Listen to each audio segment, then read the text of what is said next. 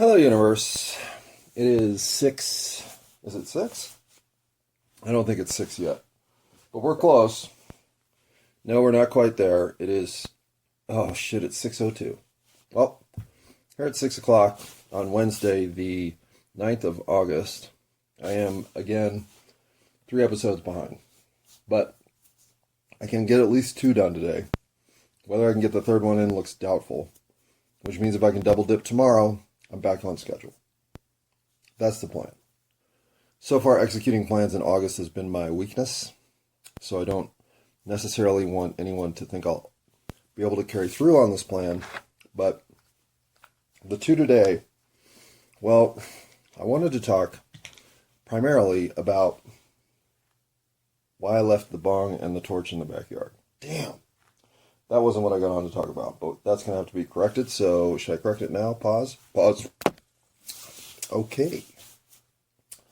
Having corrected that problem, both in the hunt and the treasure looting itself, I will pass along the piece of advice the last trip to the dispensary provided me, which is, if it's got slurricane in the name, it's fire. Okay.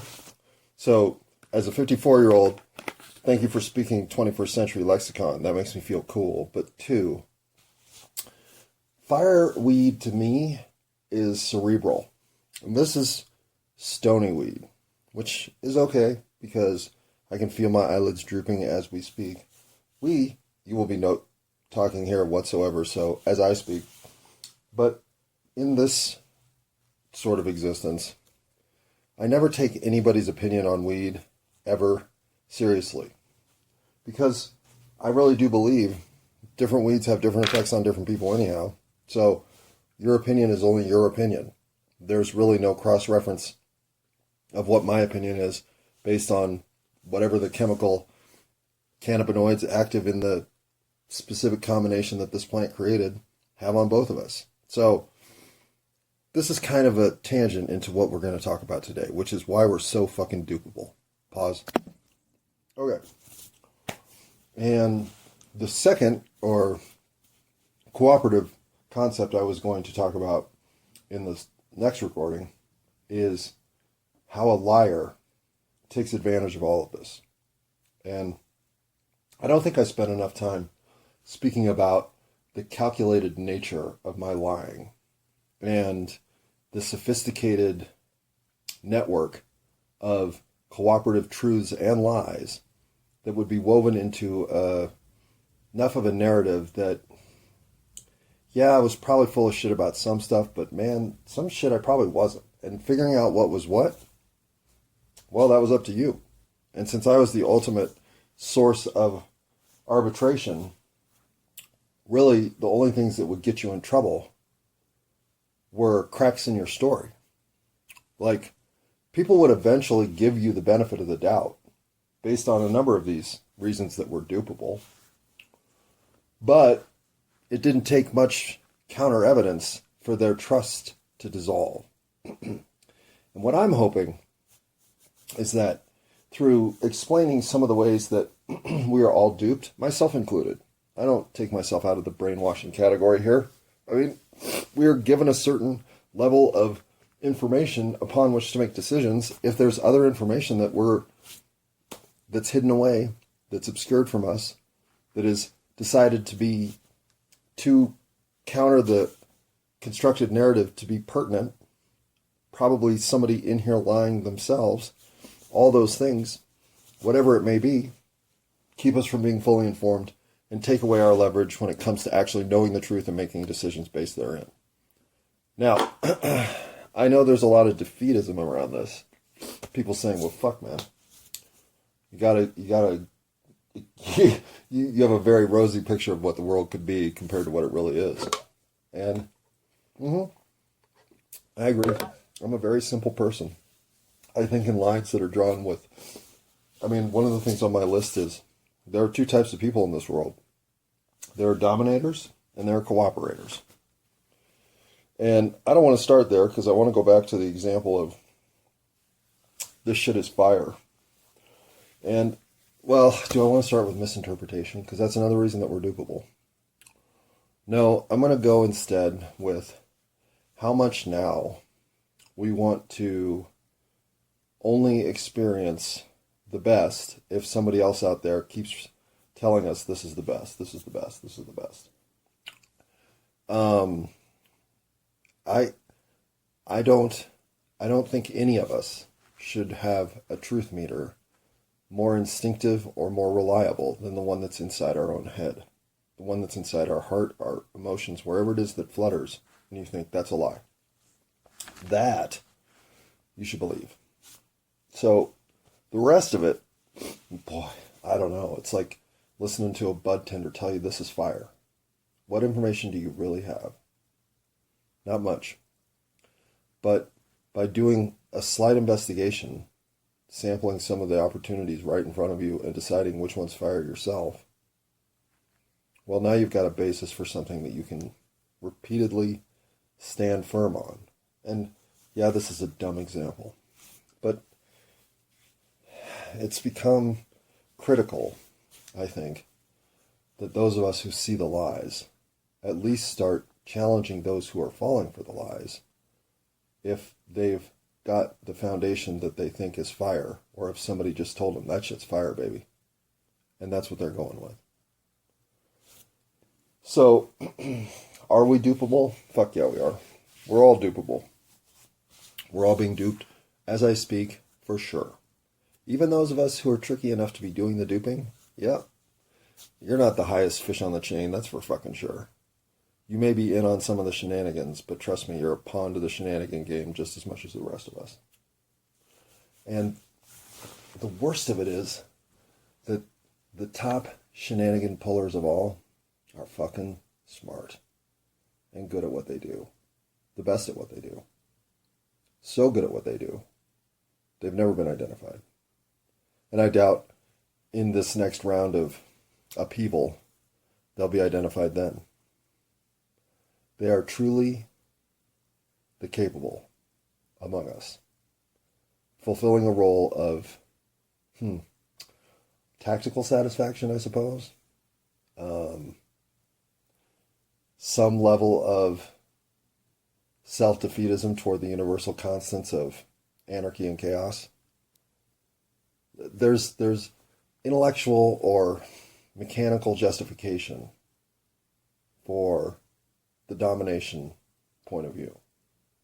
And taken to its ultimate extreme, leads to whatever it leads to, which would never include anything but your own self-preservation and authority. Well, no, not authority, influence. So, those concepts are so counterhuman, though. It really is hard to imagine that these are entities of a human nature. A weird thing occurred to me about what you would do if you were a small race of challenging breeding entities. Say you could only birth once every 3 years and it was one vulnerable reproductive pupa stage thing that didn't even fully emerge as a species until it had shed that role. Like, we have examples of this on Earth. That's why I'm using this as a vulnerable model of some species whose great envy would be that we just reproduce like fucking rabbits. We actually have to control our birth. And so the idea that we are recklessly capable of expanding in population in a blink of an eye, galactically speaking, compared to a species for which the birth of a single entity was a celebration species wide. I'm thinking of what you would look at humanity as stupidly good at from the point of view of a civilization that might wonder how it could be that reproduction in the mammalian form was as simple as just accidentally squirting some juice from one of them to another. Boom, baby. And if you were going to take over the planet, this planet full of reckless rabbit breeding paste mammalians, and wanted to exterminate them, well, then maybe you would tell them all these lies so that they would start to exterminate themselves. Because I can't find a human instinct for the level of lies that exist here. As a recovering liar, even.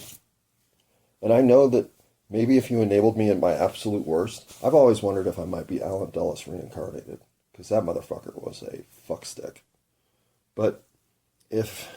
And so yeah, I kind of think I'm a fuckstick, obviously. And I am one. But if you can see that what your pattern of behavior enabled others to then take further, well, you can see how a mild version of anything that is truly pernicious and against the fellow man around them is wrong. Just wrong.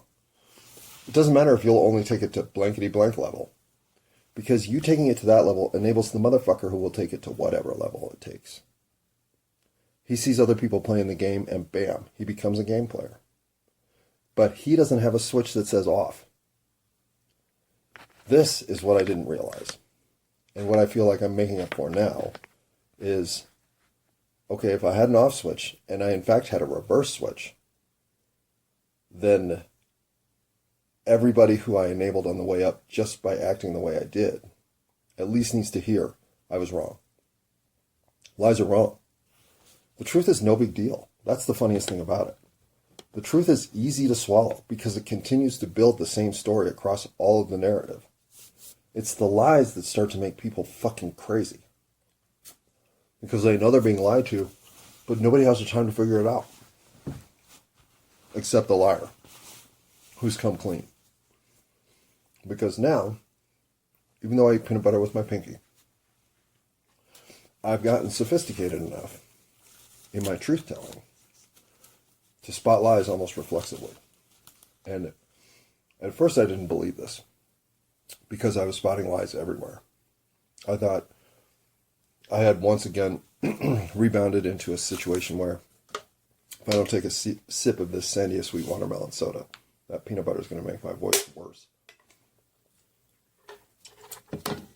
But I first questioned that there can't be this many lies. It can't be. It's too big. And yeah, it is too big. Because at the local level, it doesn't exist this way. It's the consciousness of the entity that is American psyche that's fed the lies, the huge lies. But because that's the subtext of where we all live, even the local door-to-door reality is shifting. And it has shifted to the point that I fear those who are immersed in it now, much like those who grew up before phones and after, have a perspective that those who grew up phone only don't. And this isn't a perspective that is superior or inferior. We just are different in our worlds. And it's the way it is. But you don't take what happens to our national psyche and force it into the individual without the individual starting to mount some level of resistance collectively that gets noticed. And I think that's where we are now. Because we have been swayed toward certain narratives of reinforced strength. There's one of the reasons that we are dupable. The more you hear something from sources repeatedly, as this, well, we know that when it comes to John F. Kennedy's murder, the one thing you can count on is Oswald acted alone. You will hear from every media source every time they're pressed to tell you what the truth is. But we also know that every single media source has made money by airing at some point in time John F. Kennedy's murder other arguments or whatever, and then deciding for us at the end that obviously Oswald acted alone. Pause. Okay. And the reason I bring up the Kennedy assassination specifically is because I believe that every single one of these is active in that story. On my reasons that we are dupable. They are all alive and prospering in the narrative that is Oswald killed Kennedy, the single gun theory, yada yada. And so number one on my list, seeing is not believing. For sure. I mean, how many radio waves have you seen? It's so grandiose to think that because one of your senses confirms this blank, blank, blank, blank version, that you are in fact convinced that you have the truth of having seen this happen. And while I think there are circumstances in which what you have seen exactly, you can describe perfectly and repeat with clarity, primarily all evidence involved in what you have seen, I don't think this includes times when, for instance, a gun goes off right by your head, or a man in front of you has his head blown off, or whatever else is so shocking to your reality's expectations that your brain is forced to take into account something completely outside of even the imagined possibilities of what you're about to witness next. You've literally gone into the state of shock. Ha! My brain saw what? And so, having only been in some of those circumstances regarding car accidents or whatever, but knowing that shock is real, and knowing, frankly, that your entire perceptive lens is distorted at that time, well, seeing is not believing. And that was the number one thing that I put on the list because I couldn't stand behind that statement more. So then, that's probably, that and appeals to authority are probably the two reasons by far we're duped the most. Pause. Okay, next on my list is the dominators versus cooperators thing I already mentioned. And essentially, there are people that are willing to dupe. That is the biggest nut to crack of all. How to get the dupers to stop doing it. And obviously, those who are the cooperators have a trusting instinct. That's my next line. We trust. And again, yeah, we do trust. And not just out of necessity because we get too much information, therefore verification is tough. We trust, we don't verify. We wait for counter examples to force us into new thoughts. Sometimes that works, usually it doesn't. But we are susceptible to the dominators if we're a cooperator. And by trusting, we're really susceptible to them. And in the next recording, I'll get into why that is the number one seed that feeds the dominator, is the fact that we trust. So my next line is we seek reinforcement. And so we can be duped by somebody coming and giving us reinforcement of something that we already think we believe, or that we do believe, or that we accept, or that continues our worldview in a way that's useful to us, and to us particularly. It reinforces my opinion of a young, vibrant neighborhood in which I live, the more I see adults out with their kids playing in the parks. I think there must be houses full of young people in the area if the swing set's that full on a Thursday afternoon or whatever. Now, that could just be that on Thursday afternoons there's a club of people that travel from park to park around the city, so that's just an active time for the park to be filled with kids. And so it has nothing to do with the neighborhood specifically, just with some program that somebody dreamt up in some other part of the state. Who knows?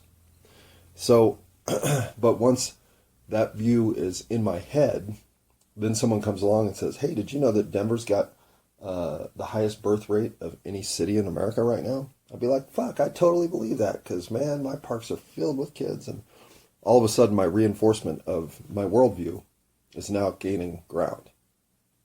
And it could just be that Denver has a high birth rate because a huge number of young people moved here when weed got legalized, and now they're all having babies. That would make a lot more sense. And that, again, has nothing to do with my worldview being wrong, but we're seeking reinforcement at all times for the worldview that we have. So we can be told lies that help fill those reinforcement gaps out to satisfy the story we already believe is in play. And again, this may seem nuanced and like, well, that's not that big a deal. If something is true and it reinforces my worldview, then that's fine. But, how would I be able to suss out the birth rate of Denver's many influences and decide which is which is which is which? You wouldn't. So don't allow yourself to believe that because you have one variable that gets reinforced by another, that you have the story. That's all. Now we succumb to authority. I said this might be the number 1A, if not 1, next to seeing is believing. Yeah. I succumb to authority for sure. And every time you hear, well, science has found that, and I've got science and dogma and other things down here lower on the list, so let me not even use that one. Authority is seductive. They have expertise. They have a tiered level of sophistication over us because of their interest and focus on this. And it's hard not to trust them. I would much rather you get a golf lesson from me than from my mother, because I'm a much more authoritative representation of the game of golf than my mother. But my mother grew up with a professional golf grandfather, played professional golf. So she doesn't know nothing. But my authority in this subject matter shouldn't really change your position on anything. Learning the game of golf is now up to you to decide how to best explore the truths of the game that make you the most effective player. And while my consultation may set you back, my mom's may set you forward. She may talk a mental game that she learned as a kid that I've always struggled with, that she simplifies in 5 minutes and you go out and shoot better golf than you've ever shot in your life. So I'm not saying don't go to authorities, but realize that your authorities, A, may be giving you a very specific point of view from what they have authoritative knowledge of, inside their own discipline even. And they may not have bad intention, but that doesn't guarantee that they don't get bad results. So with allowing yourself to be told how to think, or what to do, or how to behave, without reinforcing it through your own actions, leaves you brainwashed, which is on this list. But I'm getting hungry, so pause. All right. The next one on the list is go along to get along. And there's no question, I've done this my whole life. And I guess in some ways that's what recovering the honest self has forced. I no longer accept going along to get along. Although I do it a lot in my own family, and I still do it a lot at work. Honestly, I expect to do it. I don't think you get to be the voice of constant my way, my way, my way. But you do deserve to be heard. You just do deserve to have legitimate truth around which you are deciding what is your way. And going along to get along because, yeah, maybe at my point of view, at my age, at my specific circumstance, this is how I feel and it's legitimate. But I can see how an entire younger generation that got shitty education and no return on their investment should have their educational debt wiped out? Yeah, I'm kind of on board with that 100%. Pause. Okay, unpause. Sorry, I think this is the first time I've ever actually eaten dinner during a recording. And I still have 1/3 of a banana left, so, you know, you can knock that out real quick. Because next on my list are... I put these three on the same line. Science, dogma, and religion. Having a belief structure presented to you and then used as the verification for the next round of how to thinks is dangerous. And I come from the science side, so I now see that the science side was just as geared on manipulating our view of the universe as was the religious side. But in between both, I wrote the word dogma. Well, science says gravity does blankety blank, so whatever you're telling me is bullshit. Unless you want me to say gravity is bullshit. And, okay, but if what I'm telling you is fact-based evidence, and that forces you to say, well, maybe gravity is bullshit, then you have to say maybe gravity is bullshit. And then you have to go verify which of those is true. If you're not willing to take the same stance within your own dogmatic treatments, well, if religion says blankety blank, and then this is what I actually perceive, well, now I have to walk back and find out where religion might have gotten twisted. And when you do this with science, you end up in a territory that includes a lot of counter-evidence to the Big Bang, a shit ton of counter-evidence to our geological timing of stuff, and a lot of counter-evidence, or zero support for evolution. And that's just being scientific. That's saying, I'm going to hold my standards of thought and progress in terms of my understanding of the universe to the same standard as the commitment I have made to the dogma that I believe. Well, then, go prove to me that evolution even makes sense. And these things then must force you to rethink your own perception of the universe. And if you don't, well, guess what? That makes you susceptible to being duped. Next line is belief. And belief is tough, because I do believe certain things are intuited in the human experience. I actually believe that.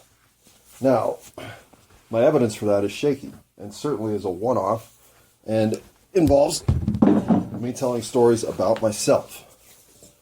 But I'm allowed to believe that burping on recordings is not kosher.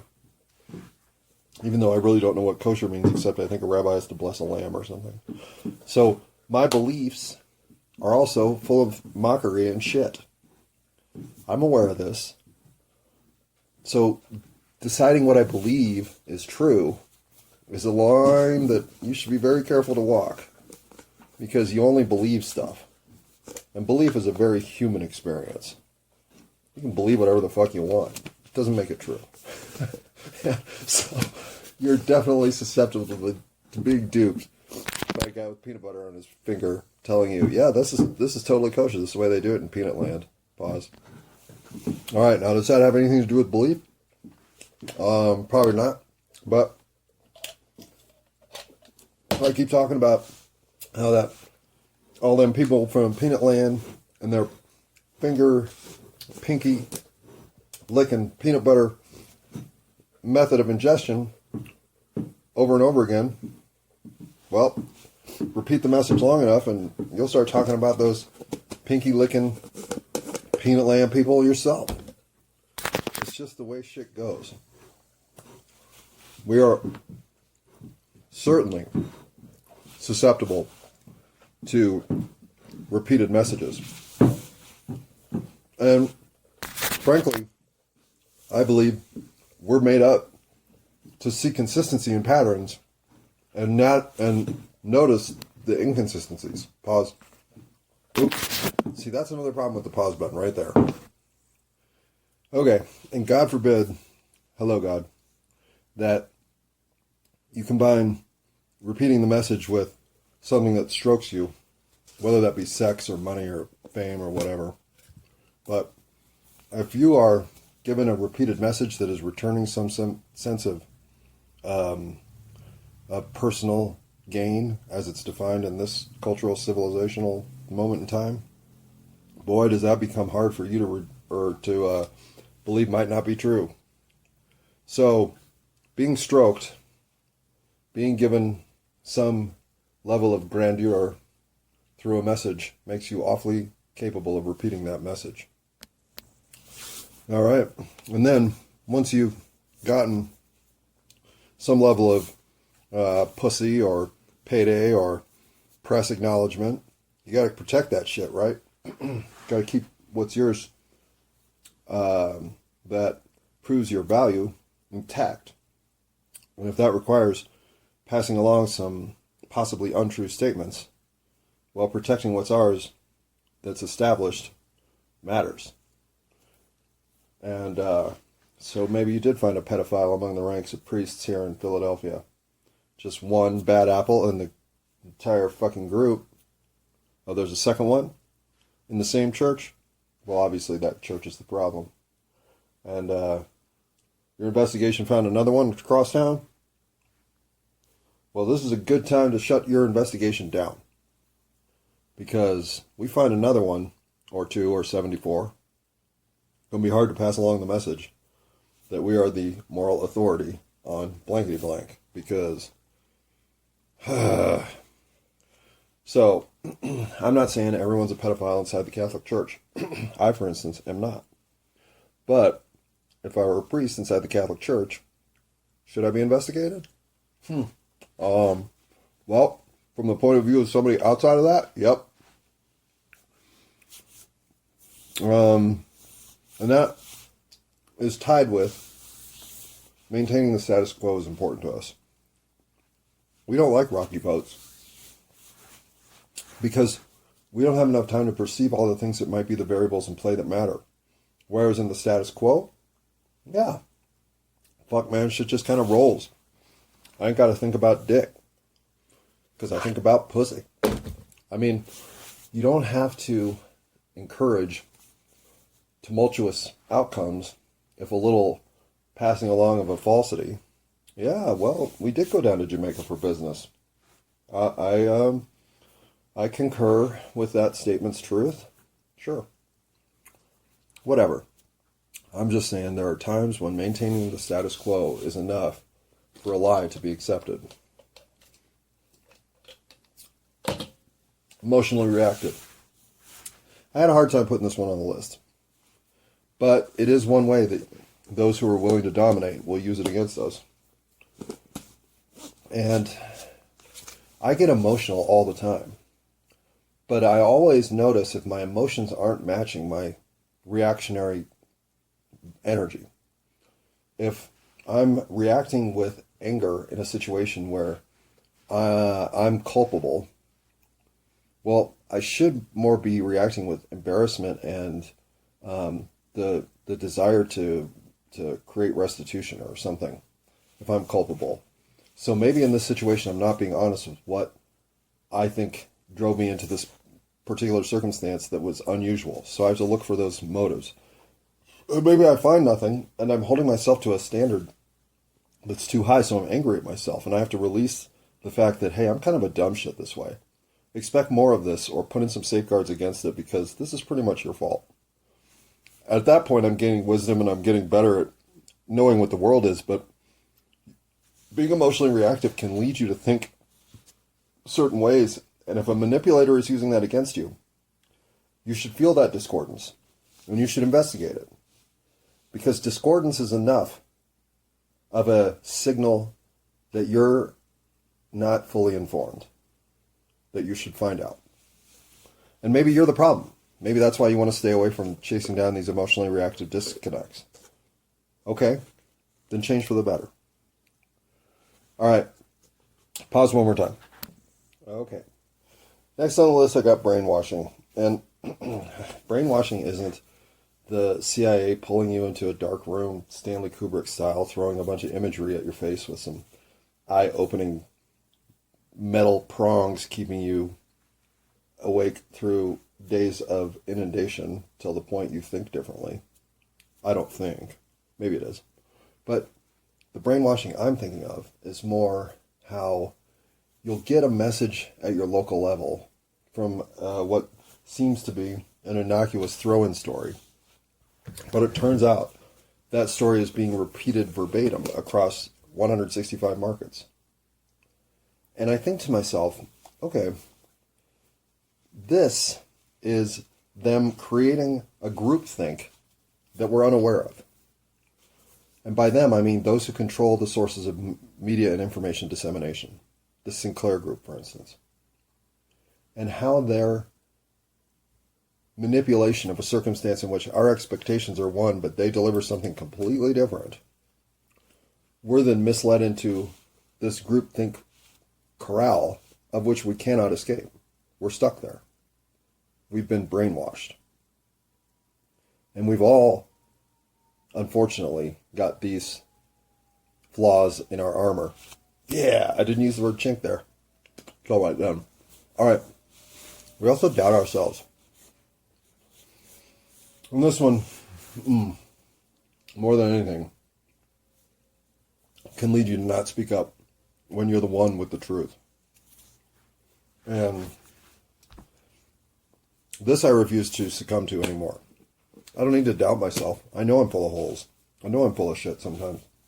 But because I'm aware of the places that I can be these things, when I'm not being any of them, the last thing I should do is doubt myself. I should doubt the circumstance.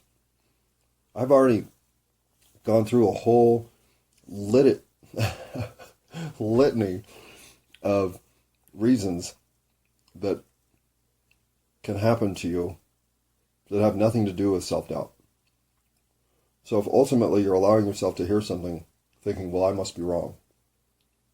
Must you? What if you're put here as the one bulb in an entire landscape full of darkness to say, wait, okay, don't doubt yourself. Love yourself. All right, 3 more. Well, 2 more in a statement. Prone to generalizations are we. Because you think something works one way, you think something similar works the same way. Therefore, you can very easily be misled. I say this because smart game players will use the fact that something went down one way as a way to frame something else so that you'll immediately assume they're connected, they're like, they're whatever. This is where level 2 lying comes in. But level 1 inferior recognition of lies in front of your face, sometimes you're doing it yourself. Oh, well, if it did that, then it's a lot like this, so I'm going to assume these 2 things are the same. Bad assumption. Which leads me to the last one. You're ignorant about a lot more things than you think. I don't care how smart you are. You are completely unaware of way more than you're aware of. So be humble. Realize that you might be wrong about anything. And be ready to recognize the strength that comes with coming out of true ignorance. Because when you know you can trust what you're believing and thinking today in a way that's greater than you've ever thought that way before, now you're making progress. And reminding yourself that all of this is just steps forward in a game that could be pulled out from underneath you at any moment is the right attitude to stay intellectually humble. I could have put overconfidence on this list. There are a lot of things not on this list. But the last one, the liars are smart. Liars aren't dumb people. They may have all kind of flaws, but they definitely have intellectual agility going for them. And don't underestimate how committed to the lie a smart person can be. Because a smart person is dumb enough not to realize when they're cracking. And that's the position I fear we're in right now. The smart people think they can still maneuver their way around the inevitable outcome. Well, as they say in so many American game cliches, it is your turn.